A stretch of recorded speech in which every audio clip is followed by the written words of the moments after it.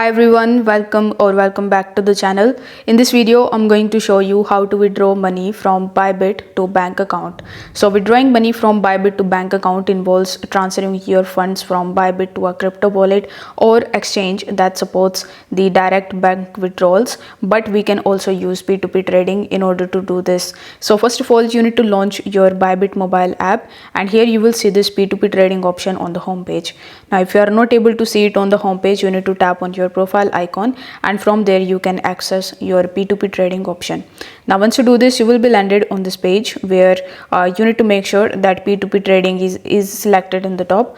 After that, you need to tap on the sell option, and now you will see a bunch of different merchants to whom you can basically sell your USDT and you can get the money directly in your bank account.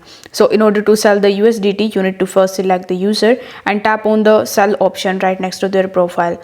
After that, you need to enter the amount of USDT that you want to basically sell them, and then you need to select your bank account as a payment method. After that, you will have to give them USDT and they are going to give you the money in your bank account directly.